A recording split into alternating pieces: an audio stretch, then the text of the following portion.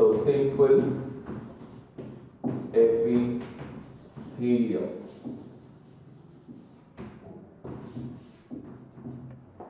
So coming to the simple epithelium, simple itself means unilayered or one layer. Okay. In this simple epithelium, you have got different types of cells which are arranged in one layer.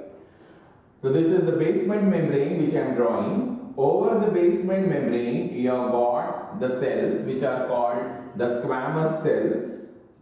Here, the bulge of the squamous cell is caused by the nucleus. Here, if you see, the height of the squamous cell is because of the presence of the nucleus. So once again, here you got the basement membrane. So here you have got the squamous cells. Okay. Now the bulge of the cell, if you observe, here it is because of the nucleus that is present. In these type of cells, the height is because of the nucleus, it is less than the width of the cell. If you see the height of the cell, it is less compared to the width of the cell. Such an epithelium is called squamous epithelium or simple squamous cells. These are flat cells. The nucleus is causing the bulge. The height of the cell is because of the nucleus. And this squamous epithelium, if you see, between the cells, the junctions are occluding junctions. Because the junctions are occluding junctions, any substance which is passing through this epithelium has to pass through the cells. It cannot pass between the cells, it has to pass through the cells. And this simple squamous epithelium is seen lining the blood vessels. So if you say artery, vein, okay, these blood vessels, they are lined by it, and that is called endothelium. And then you also have the alveoli of lungs, which are lined by this squamous epithelium, alveoli of the lungs.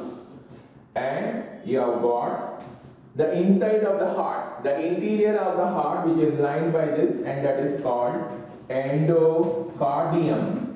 Also you have got the peritoneum, which is lined by these squamous cells, and that is called mesothelium.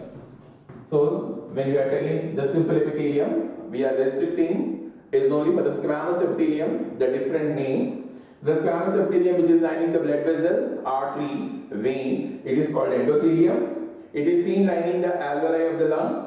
It is seen in the lining the inner surface of the heart, then it is called endocardium. And the squamous epithelium which is lining the peritoneal cavity, it is called the mesothelium. So we are finishing the simple squamous epithelium. Now coming to the second type of cells, which are nothing but the cells where the height is equal to the breadth. Okay, here the height of the cell is equal to the breadth of the cell. They appear as if they are squares, and the nucleus present in them is almost in the center, and that is rounded. This type of epithelium is called simple cuboidal epithelium. It is called simple cuboidal epithelium, where the height of the cell is equal to the width of the cell. Now where do you see the cuboidal epithelium? You see the cuboidal epithelium in the follicles of thyroid gland. The follicles of thyroid gland, they show this cuboidal epithelium. Also if you see ovary, ovary, the female reproductive organ. Over the ovary, you have a layer of cuboidal cells which are called as germinal epithelium. Actually, it is a misnomer. The surface of the ovary is showing a lining of cuboidal cells which is called as germinal epithelium. And coming to the third and very important type of epithelium, where the height of the cells is much greater than the width. Here the height is much greater than the width, and these are called columnar cells. Look at the nucleus of the columnar cells. it is oval and towards the base. So this is oval and towards the base.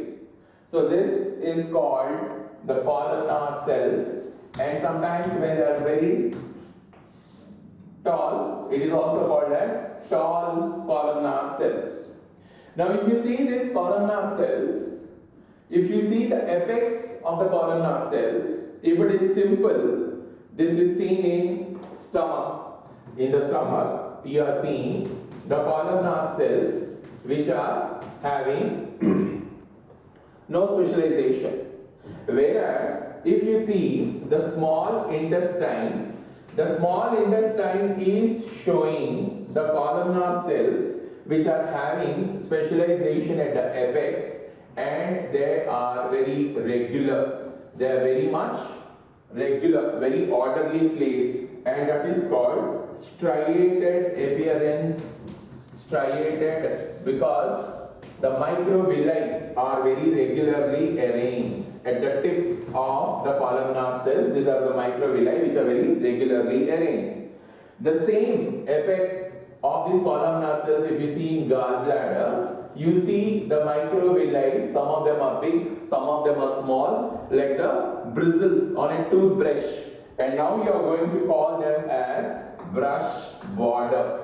So this brush border appearance of columnar cells you are having in gallbladder. So in gallbladder, what type of columnar cells you have? The columnar cells which are having brush border appearance because of the presence of irregularly arranged microvilli. And then sometimes you also have cilia which are present at the apex of these cells. So these, when cilia are present, you are going to call them as ciliated columnar epithelium.